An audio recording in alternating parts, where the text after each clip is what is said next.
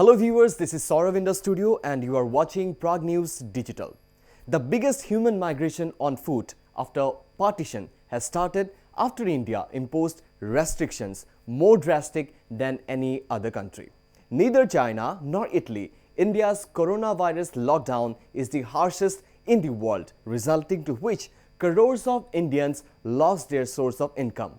Worsening the situation, the country is facing a rapid and an abnormal hike in the price of daily essential commodities. Here arises the question, is this steep hike in price driven by an energy? Well, the answer is apparently yes.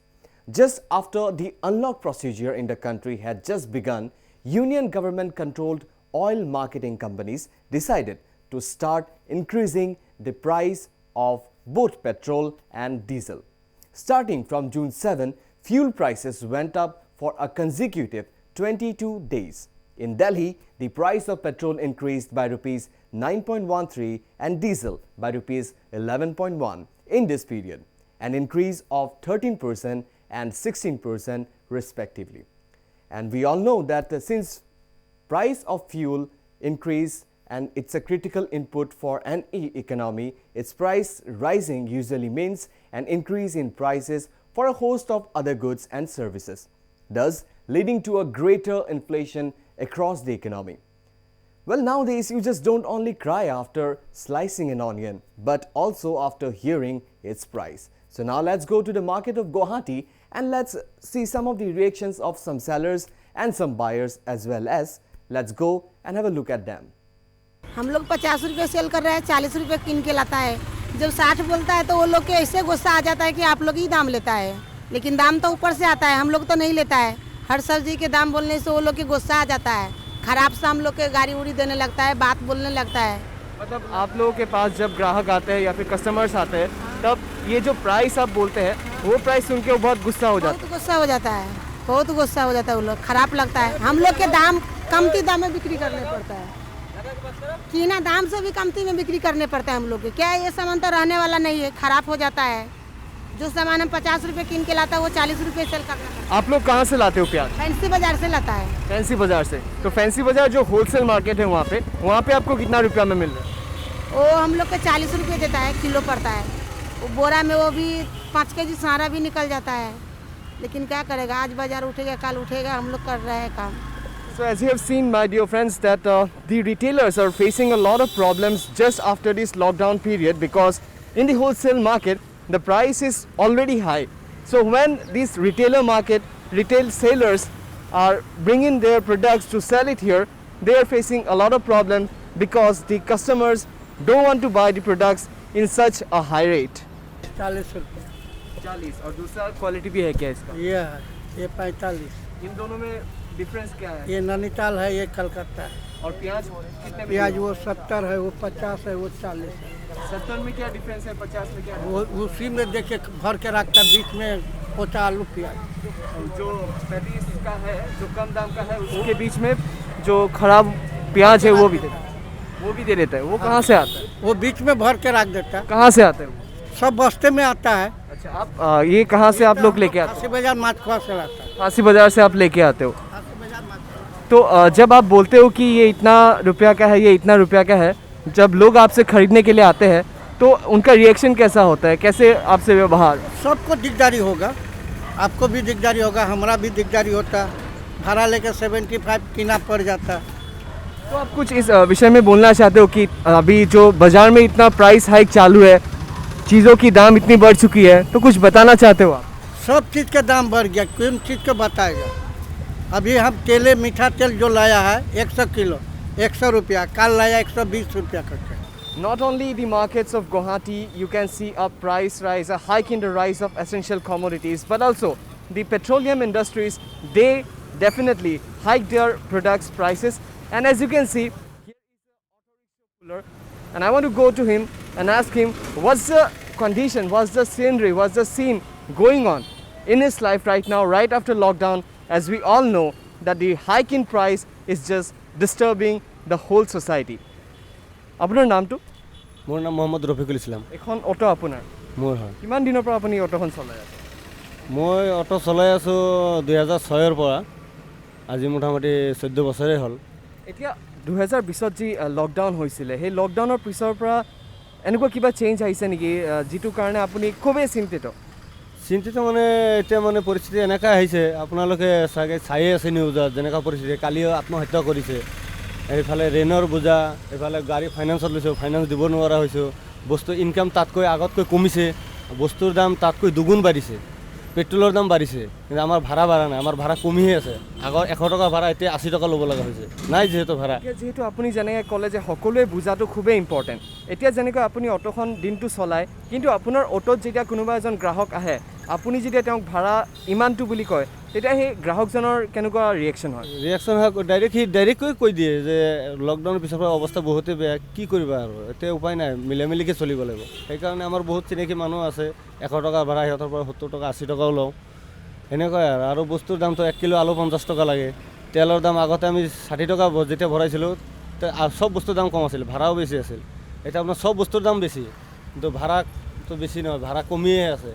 এতিয়া লকডাউনত 6 মাহ বহি খালোঁ, এইবিলাক চব ধাৰ, গাড়ী finance, ইফালে ৰেন চেনো অলপ ধাৰো আছোঁ, মানে নিজে চলিব নোৱাৰা হৈছোঁ, ইনষ্টলমেণ্ট দিব নোৱাৰা হৈছোঁ। আজি 8 মাহৰ পৰা এটা ইনষ্টলমেণ্ট দিছোঁ, 6 মাহতো ঘৰতে বহি আছিলোঁ, যে হওক 1.5 মাহৰ পৰা 2 মাহৰ পৰা আহিছোঁ, এটা ইনষ্টলমেণ্ট দিছোঁ। প্ৰভাৱটো এইটো একদম দেখা শুনা এইটো পৰিবই, কাৰণ যেনেকুৱা পৰিস্থিতি হৈ আছে, আপুনি আগত আজিৰ পৰা 4-5 বছৰ আগত চাওক কেনেকুৱা কি আছিল, কেনেকুৱা পৰিৱৰ্তন আহিছে। খালি চৰকাৰেতো কয় পৰিৱৰ্তন আহিছে, পৰিৱৰ্তন এইটোৱে আহিছে। আগতে 70 টকা 60 টকা আছিল পেট্ৰল, এতিয়া 85 হৈ গ'ল। আলু 20 টকাত খাইছিলোঁ, 50 টকা খাব লগা হৈছে। চব বস্তু এনেকুৱা, পৰিৱৰ্তন এইটোৱে, প্ৰভাৱটো পৰিবই। ইমান দাম যদি দি খাব লাগে, আমাৰ ইনকামটো সিমান থাকিব লাগিব। ইনকাম কম, বস্তুৰ দাম বেছি, মানে আয়তকৈ ব্যয় বেছি হৈছে। আয়তকৈ ব্যয় বেছি হৈছে, আপোনাৰ ইনকামতকৈ আপোনাৰ স্পেণ্ড বেছি হৈছে। হয় হয় হয়, এইটো 100 টকা যদি ইনকাম হয় তাত 200 টকা খৰচা, তথাপি হেৰি নহয়। এতিয়াতো যেনেকুৱা পৰিস্থিতি, আমাৰ পৰিয়াল মেইনটেনেন্স কৰা বহুত অসুবিধা হৈ গৈছে। It's pretty sure that you all have gone to many of the expensive and luxurious places in your whole life. Today, I'm in one of the most expensive places in this period of time. Just after the lockdown, you can say it's none other than petrol station or petrol depot. আপোনাক facility দিছে নেকি যে পেট্ৰলৰ দাম এতিয়া বহুত বাঢ়িছে, almost it's like 84.93, almost 85 rupees এতিয়া। গতিকে আপোনাক এনেকুৱা ফেচিলিটি দিছে নেকি যে আপুনি ট্ৰেভেল এলাউঞ্চ পাইছে অফিচৰ পৰা বা তেনেকুৱা ধৰণৰ কিবা ফেচিলিটি? তেনেকুৱা আমি নাপাওঁ এতিয়া, তেনেকুৱা একো আমাৰ অহা নাই। যদিও পেট্ৰলৰ দাম বাঢ়িছে, কিন্তু আপোনালোকক তেনেকুৱা একো ফেচিলিটিছটো প্ৰভাইড কৰা হোৱা নাই? কৰা নাই। Right, okay. Anyway, what do you think like যি আপকামিং ইলেকশ্যনছ আহি আছে, বজাৰত যি বস্তুৰ দাম বাঢ়িছে, পেট্ৰলৰ দাম বাঢ়িছে, এই আপকামিং ইলেকশ্যনত কিবা প্ৰভাৱ পেলাব নেকি?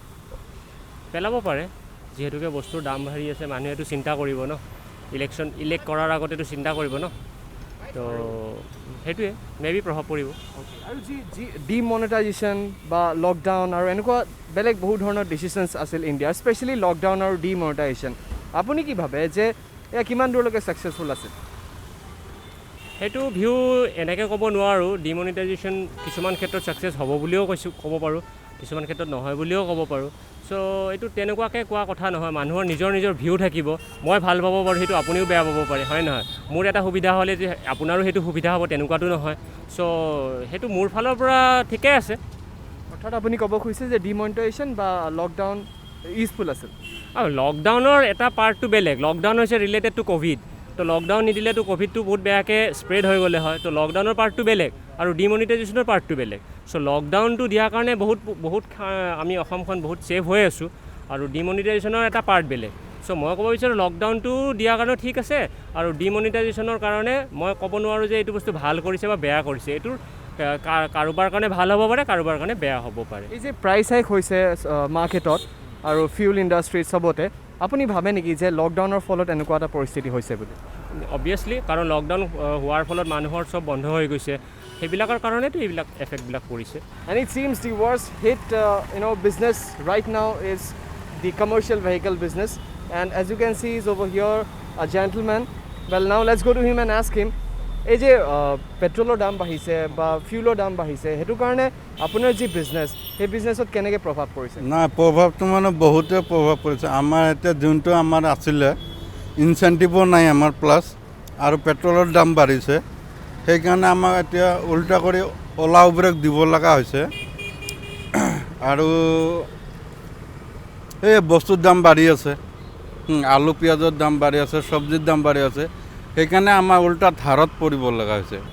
নাই, প্ৰাইচটোতো বঢ়োৱা নাই, আমাৰ প্ৰাইচটো ঠিকেই আছে, আগৰ ৰেটে আছে, প্ৰাইচটো 1 টকাও বঢ়োৱা নাই। Onion prices have been rising, touching ₹80 per kilogram in many states of the country. Apart from the sky-touching price of fuel, the arrival of monsoon heavily damaged the production and storage of onions in Karnataka, Maharashtra and parts of Gujarat and Madhya Pradesh, driving up the price of wholesale. So now here, quick and foremost decision from the government is expected in such crucial hours. Thus, on September 14, the Union government announced a ban on export of onions and import norms have been relaxed to allow entry from Iran, Turkey and other onion-producing countries. Though the import meets the demand of the hospitality sector, but the lag for household usage remains the same. The hike in the price of essential commodities is a major poll issue. Many times it decides the future of the ruling political party. A rise in the prices leads to a food inflation, which is a key factor in elections.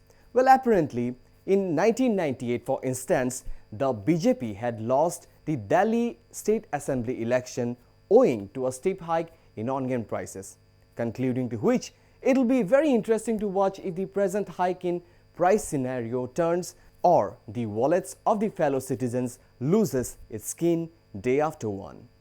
Well, now let's go to the streets of Guwahati and let's ask them what people have to say on this topic. Will this hike in price of the essential commodities will affect the upcoming election? जो price escalation हो रहा है, तो ये election है तो भी, election नहीं है तो भी, ये तो एक्चुअली पब्लिक के ऊपर में बहुत बड़ी भार पड़ रहा है इस चीज़ का। And sir, we all know about the Atmanirbhar policy of government. So what do you think? How far this is helpful for India? I think it is not helpful for India, because जो other देश है, दूसरे देश हैं, उसमें जैसे अभी recently diesel का प्राइस बहुत ज़्यादा इंक्रीज़ हुआ है, गवर्नमेंट को तो उसमें बेनिफिट हुआ है, बट पब्लिक के ऊपर में इसका बहुत बड़ा बोझ है। इंपोर्ट एक्सपोर्ट तो रहना पड़ेगा, बिकॉज बहुत चीज़ें हैं कि जो हम प्रोडक्ट यहाँ प्रोडक्शन नहीं कर सकते या करने जाते हैं तो हमारी कॉस्ट बहुत ज़्यादा हाई हो जाती है। ठीक है, अभी जैसे बाहर में डीजल का जो प्राइस है, जहाँ से हम लोग डीजल लेते हैं, ठीक है, तो वहाँ पे डीजल का प्राइस बहुत कम है और यहाँ पर हम उस पर एक्साइज ड्यूटी लगा करके और उसको इतना मतलब हम लोग महंगा करके बेच रहे हैं, जो कि पब्लिक के लिए बहुत बड़ा मतलब एक बोझ है। इवन दैन गाड़ी आल्सो, अब कोई भी गाड़ी को ख़रीद लीजिए, ट्रक को ख़रीद लीजिए, कार को ख़रीद लीजिए, कोई भी प्राइवेट गाड़ी ख़रीद लीजिए, कमर्शियल व्हीकल ख़रीद लीजिए, उसके ऊपर में टैक्सेस इतने हैं कि बहुत ही ज़्यादा उसका वजन है। आदमी को जितने का कॉस्ट होता है उसका मोरलेस मैं बोलता हूँ कि 30% के आसपास तो उसका जो है और ड्यूटी पड़ जाता है उसके ऊपर में। ठीक है ना, तो ये चीज़ें जो है नहीं होनी चाहिए, क्योंकि गवर्नमेंट के लिए वो इनकम का एक साधन जरूर है, बट इतना भी पब्लिक के ऊपर बोझ नहीं डालना चाहिए कि आदमी उसको बर्दाश्त ही नहीं कर सके। Well, now it's time to bid you bye, my dear viewers. See you in the next video. Till then, keep following, keep watching Prague News Digital.